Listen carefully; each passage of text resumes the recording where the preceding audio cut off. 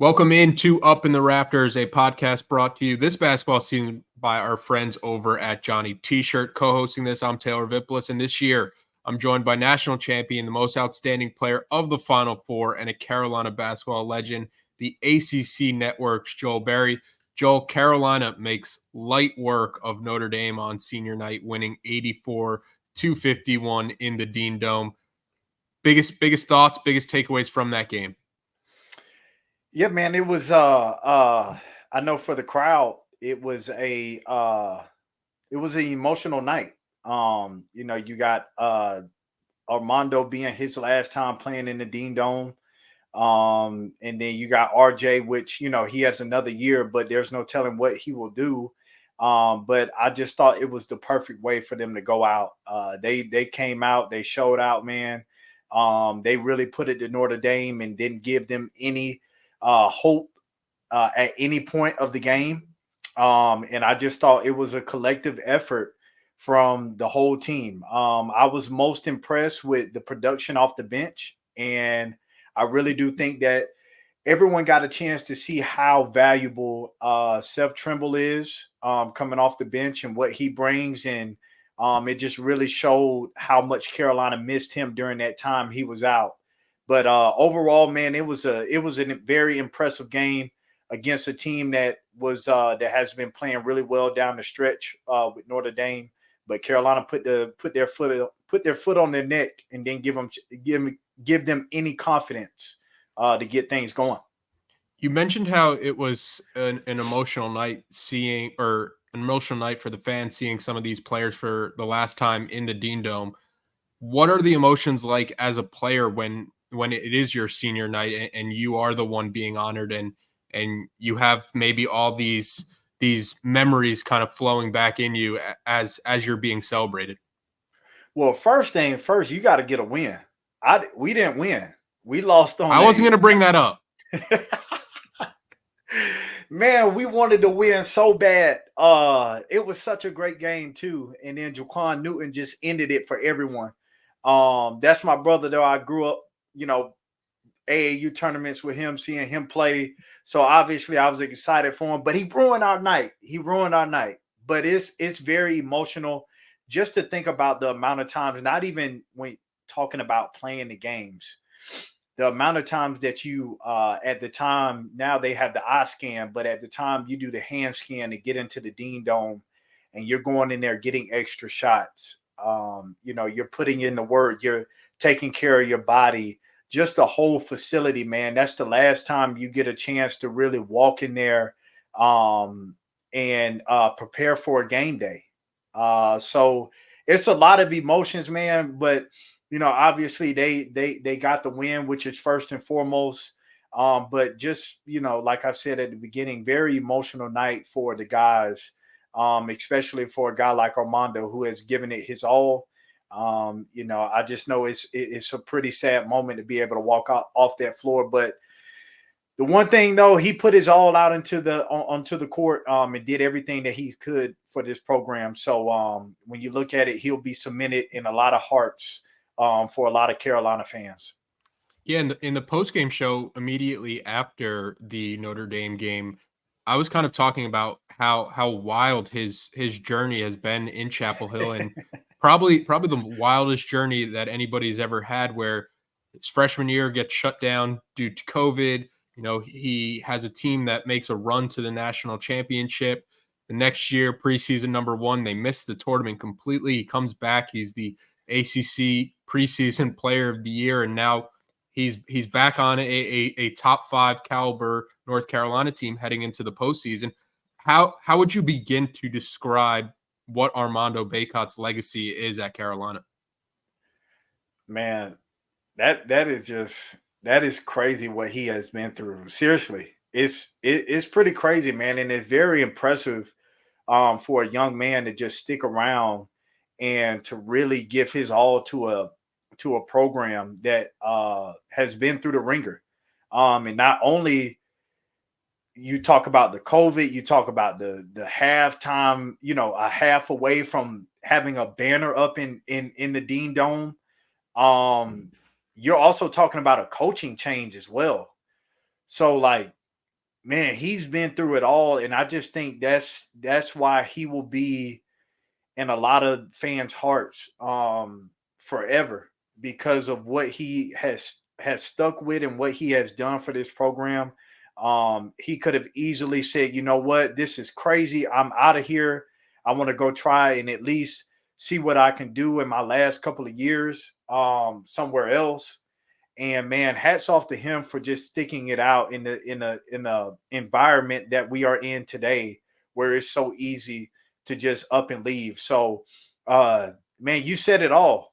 I mean, there's no words to put to it, but he's navigated it really well. And has done an amazing job for this program, and like I said, will always be remembered for what he has done.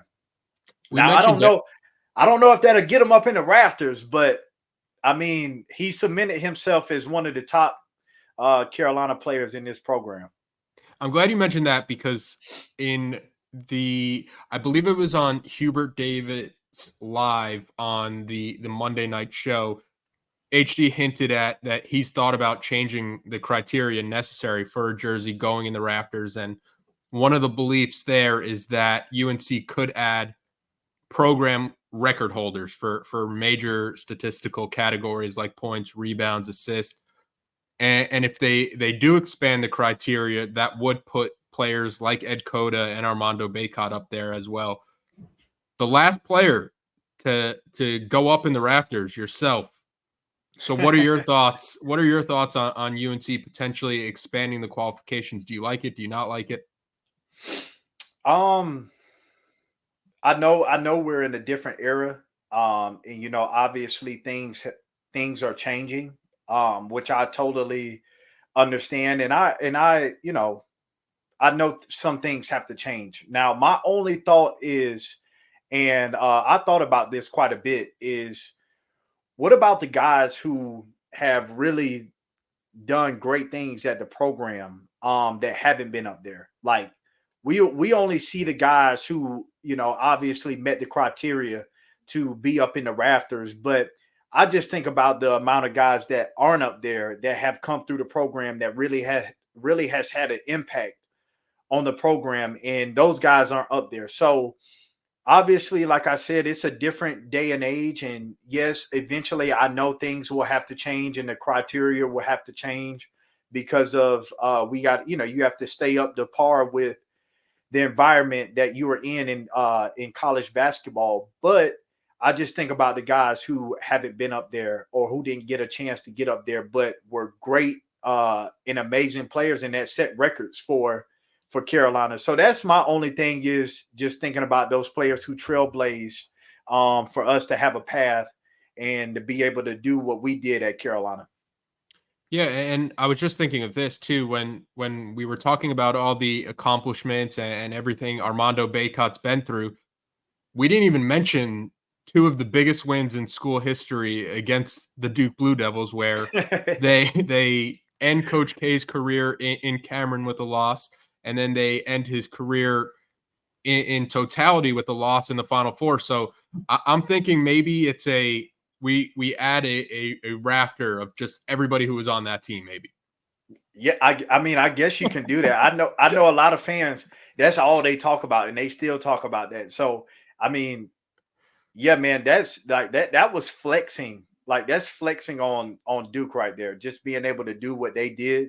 And people will always be able to bring that out of the bag when all of these Dukies start talking, they'll be able to bring that out. So yeah, I don't know where you will put that because there's banners all over the place. But I mean, at least, like I said, I think RJ Davis will be up in the rafters, just because he is going to meet the criteria with ACC Player of the Year. But at least you get one guy up there that we can remember from that spectacular or those two spectacular wins. And I also had another stat from the post game show after the Notre Dame game that I wanted to share with you just to get your thoughts on it. When Armando Bacot made his collegiate debut for Carolina, Patrick Mahomes had 0 Super Bowls. He's won 3 since. Oh my gosh. That is special, man. That is I special. don't And the know. dude, Is it more impressive how long Armando Bacot has been here, or that Patrick Mahomes has gotten 3 titles in 5 years? titles are hard, so I'm gonna definitely go with titles. Because that's very impressive, especially with Patrick Mahomes being so young. Um, but it is very impressive that Armando has been there for what seems like a decade. Uh, but it's just because he's been in like my man has been in like some very crucial like moments of college basketball. You talk about COVID in itself, like that was crazy. Then you got the national championship. Then you got the Coach K. Like I can go on and on what this dude has done and what has happened during his time. So I think that's more impressive. The storylines that he has been a part of. And with the win over Notre Dame, it clinched at least a share of the ACC regular season title for Carolina for the first time since 2019. What does that accomplishment mean for this team and for the program? Like it's literally a 180 from last year. Um, like man, I think that's what's so impressive, and it just speaks volumes to the environment that we are in. Which can be a bad thing, but can also be a good thing from a bad perspective. It puts pressure on coaches to now like, okay, we had a bad year, we can go into the portal. So the fans are like, okay, what is our coach going to do in the portal to make us to be a better team, kind of going from like how it was last year to this year. So it puts a lot of pressure on the coach, but it also just goes to show like what you can do in this environment to really change the dynamic of your team. And I give hats off to the coaching staff, and I give hats off to the players like Armando and RJ who welcome in and let go of some of their players that they've had very good relationships with, and then brought in some guys who they didn't know.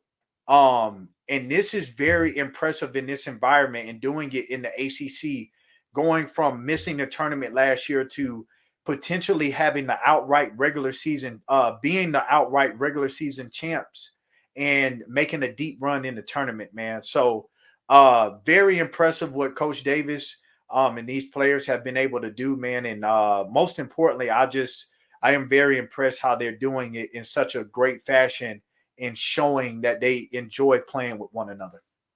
Yeah, and you mentioned Coach Davis, and North Carolina only received one vote, one first place vote to win the ACC in the preseason.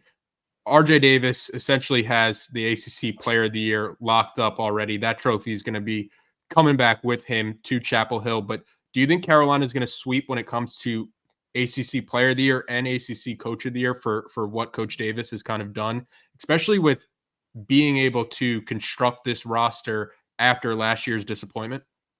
Yeah, I'll speak on Coach Davis first. I do think it's a very impressive job in what he has done, being able to. You can correct me if I won't. They lost like what was it, 8 players, That sounds right. something in that area. I think that just goes to show you lose that many players, and then what's also crazy is that Caleb Love could possibly win Pac-12 Player of the Year, which I think is you had two of those guys in your backcourt, which is crazy, but that's another story for another day. But I just think what Coach Davis has done has been very impressive, being able to leave or 8 guys to leave, and then you bring in really two dynamic transfers to be able to help propel your team from what happened last year, and then the improvement of Jalen Washington and Seth Trimble and those guys being able to understand their role. I just think this is a very impressive job from what Coach Davis has done. And then obviously RJ, what he's doing speaks for itself. But I do, in my personal opinion, think that both of those guys will sweep coach of the year and player of the year. Yeah, I definitely agree with you, and I think I think a lot of times it feels like the ACC doesn't reward the best team, and more finds a team that has kind of improved or outseeded their expectations. But again, like nobody really had this North Carolina team as a slam dunk going Exactly. into the last week of the season as conference champions. So the last question I have from the Notre Dame game, and then we're gonna switch our focus to a huge matchup Saturday against Duke. Armando Bacot, 2 for 2 from three. Is he a sharpshooter, or are we missing part of his game? Is this something that he has in his bag? Because some of those shots looked kind of effortless. Hey, they were all net too. They was all nylon. So I'm like Coach Williams. I got my hand up. I'm like, where was this? No, man. I mean, and for him to do it, and that's his last shot of his in the Dean Dome, man, that's fire right there. But yeah, man, that's crazy. He knocked down those 2 shots. Now, I don't know what that means moving forward. I don't know what those film sessions are. I don't know if Coach Davis brought him in and said, "Hey, look, man, those two threes, yes, they look like me in my heyday, but let's just get back to what you do, man." But hey, if he's knocking them down, it's good to know like a late shot clock pick and pop, and you might need those. I mean, those 3 points might come into play. So if he can knock it down, shoot it. I don't care. I just want to see it go in. Yeah, it's either Coach Davis is telling Armando that, like, hey, we're gonna need you in the paint, or North Carolina is preparing for this Duke game, and like maybe we could steal some looks for him from three. The Yeah. one thing I feel like I know for sure is that Armando Bacot every day this week in practice is telling the coaches like, hey, I know you saw that. Right. He probably first thing at practice, not the next day, but the following day, I'm sure he probably was out there shooting threes in pre-practice. And Coach Davis was probably like, no, we're not I know they look good, but we're not doing that. He's taking the remote during film session and being like, oh, let's run that one back so you guys can check Armando, the like, no, we're not. I liked it, but no, I don't want to see it. I like Armando inside. Quick break so I can remind everybody about our friends over at Johnny T-Shirt. If you're going to be in Chapel Hill, you can visit Johnny T-Shirt on Franklin Street. And if not, no worries. You could go to johnnytshirt.com. They have all the Carolina apparel that the Carolina basketball fan could possibly want. They have the hats, the jerseys, the T-shirts, you name it. They've got it. And they also have the 2024 men's basketball regular season champ shirts in stock now for pre-sales. Great t-shirt. It's a great looking t-shirt that would be a staple in any Carolina basketball fan's closet. They have great prices, great deals always, great people, great customer service. And don't forget, Inside Carolina premium subscribers save 10% off their orders. Joel, this Duke game, I mentioned how big this Duke game is. And since February 1st, Bart Torvik has Duke, according to their metrics, as the 4th best team in the country compared to UNC at 18. But that stretch also includes UNC beating Duke at home. Where do you see these two teams before this game? Yeah, I mean, both of these teams are coming in on winning streaks, and they're playing their best basketball. I know Duke dropped that game against Wake Forest, but it was a well-fought game. Just came down to the end. Carolina had the hiccup against Syracuse, and since then, both of these teams have been playing really well. Duke is. It's funny about Duke, man. They they play well throughout the conference, but it seems as soon as you go from February to March, man, they turn it up. Tyrese Proctor is one of those guys who was the one who kind of led things last year on their 10-game winning streak as they finish out the year. So yeah, man, these two teams are playing really well. Carolina's playing really well. And this is going to be a high-powered or high-octane game. And I look forward to what happens. This second game is kind of tough because now you look back on that first game and you see what you did wrong, and now you can fix some of those mistakes. So The chess match is going to be real, and I look forward to seeing that. One of the things that happened in that first matchup was that was one of the first times all season that Carolina got the look of teams like top blocking RJ Davis and Yeah. playing that deny style of basketball.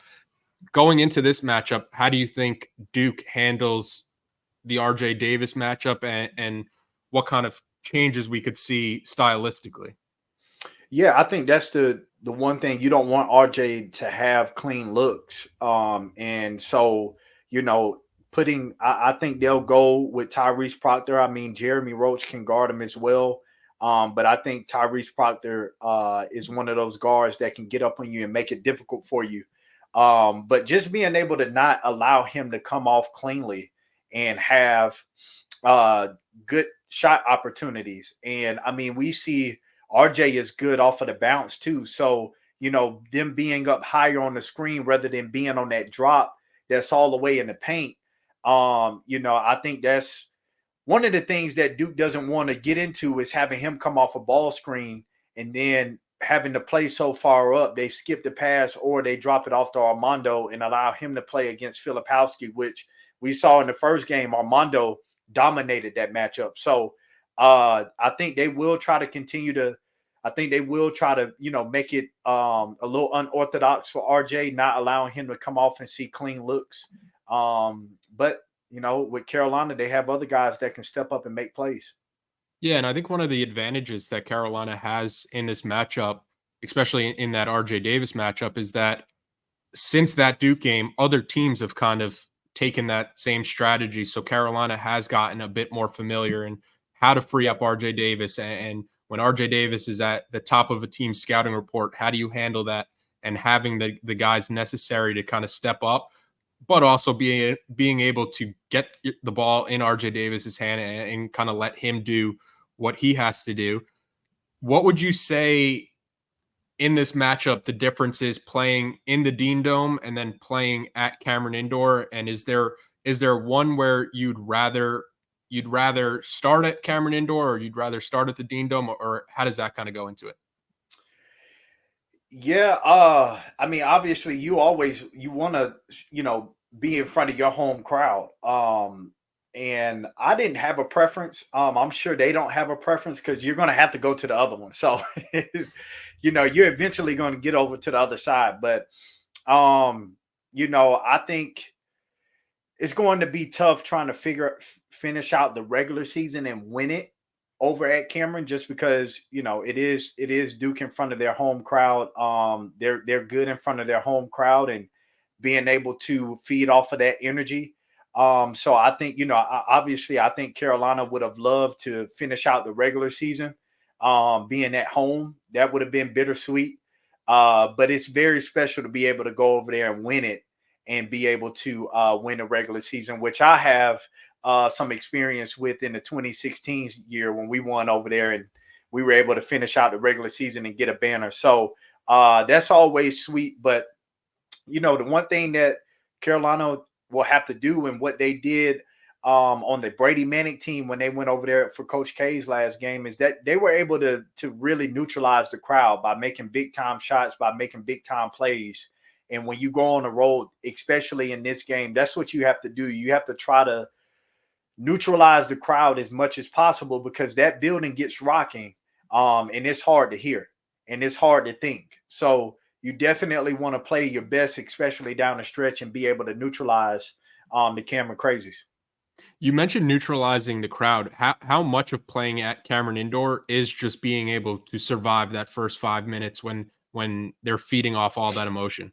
Yeah, I mean, it's a little bit different than being in the Dean Dome just because uh the gym is a little bit bigger over at the Smith Center, but you know, and now you're playing in like a high school environment and it gets toasty in there. So you have to just try to, you know, you have to try to control those emotions in that first 5 minutes and just try to settle yourself as much as possible. But that's when you rely on the habits in those principles that you've built on and have worked on throughout the year, and not allowing yourself to get in a hole. Like Carolina doesn't want to have one of those games where it's like Clemson and they get themselves so far in the hole to where they can't come out, and then they're on the road as well. So I thought they did a great job of being sound in the first couple of minutes in the first matchup. So they'll need to do that here in this, especially being on the road. Before we wrap up, a big shout out to our friends at Congruity. Congruity is a North Carolina based national coverage, local presence company with personal support straight from the Tar Heel State. Congruity is empowering small and mid sized business owners with HR and payroll outsourcing, enabling you to grow your business while they take care of your greatest assets, your people. And they are doing it with top of the line technology and services for every stage of your business's growth with a state of the art online platform. Congruity, they are obsessed with customer service where they become part of your team. They do the heavy lifting, providing essential admin support with a single point of contact and support available on demand with services that are tailor made for you, transforming your organization. Congruity has helped hundreds of businesses improve and enhance their day to day lives, level up your HR capabilities, save money, unlock game changing growth. Visit congruityhr.com/Tar Heels to learn all about Congruity. Fill out a quick form to be connected to their consultants, and they'll give Inside Carolina listeners or viewers a payroll and HR assessment for free. That's congruityhr.com/Tar Heels, congruityhr.com/Tar Heels. All right, back to the episode. What do you think Carolina has to do on Saturday to get the win? Like when we're talking about this game next week, if we're talking about a Carolina win, how do you think they did it? Yeah, pushing the pace is one. Getting the ball up and not allowing Duke to get back and set up defensively. I really do think that Duke is a very good defensive team. They can get up in you and force you to play at the half court and get you out of your spots, which I think they will do, because the further out you play, the less that Carolina will be in scoring opportunities. And you don't want to have that as often as possible. So, with Duke, they do a really good job of doing that. So just pushing the pace, getting ahead of the defense, being able to get some easy baskets, but also scoring the ball inside. I know Filipowski is going to take it upon his shoulder to make up for that matchup last time. So that he'll come out and be aggressive, but that can also play to Armando's advantage, because now he's coming out and being aggressive. Use that against him, get him in foul trouble, get him out of there, and now you get a chance to play against Ryan Young, which we know Ryan Young is not good in ball screens. Now it opens up things for RJ. So that's what I said. I'm excited to see the chess matchup. But if we're looking at next week, and I'm saying that, looking back at this game, I think Carolina can win that battle inside, just really getting inside Duke's defense and taking advantage of them pressuring. That's how you fight. You fight pressure with pressure, getting to the basket and then being able to move the ball. And obviously we know Elliot Cadeau can do it with the best of them. Top 10 matchup this Saturday in Durham. Number 7, North Carolina. Number 9, Duke. As if the rivalry needed something else, you have a top 10 matchup, and this game will be the first time since 2012 when the two have met at the end of the year with at least a share of the ACC regular season title on the line. Joel, looking forward to watching this, but appreciate the time as always, and appreciate everybody watching and listening. Yes, sir. Go Heels.